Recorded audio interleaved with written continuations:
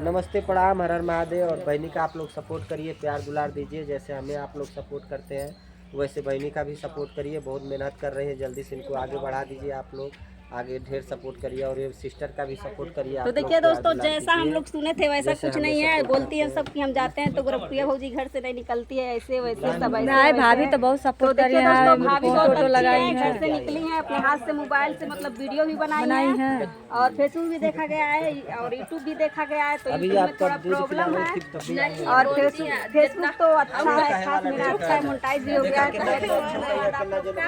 और जलने वाले लोग तो ऐसे ही जलते रहते हैं दोस्तों। रास्ते में लोग आ रहे थे, वही लोग बोल रहे थे कि जा रही है गोरखप्रिया भौजी के घर, ऐसे खराब बोली है तो तनी वीडियो हम लोग बहुत अच्छे हैं, ठीक है।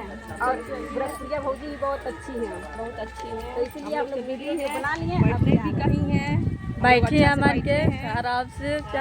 हमारे सनी लो ना ले पाती ना, नहीं जाओ ले आओ, संडे ला के दे दो।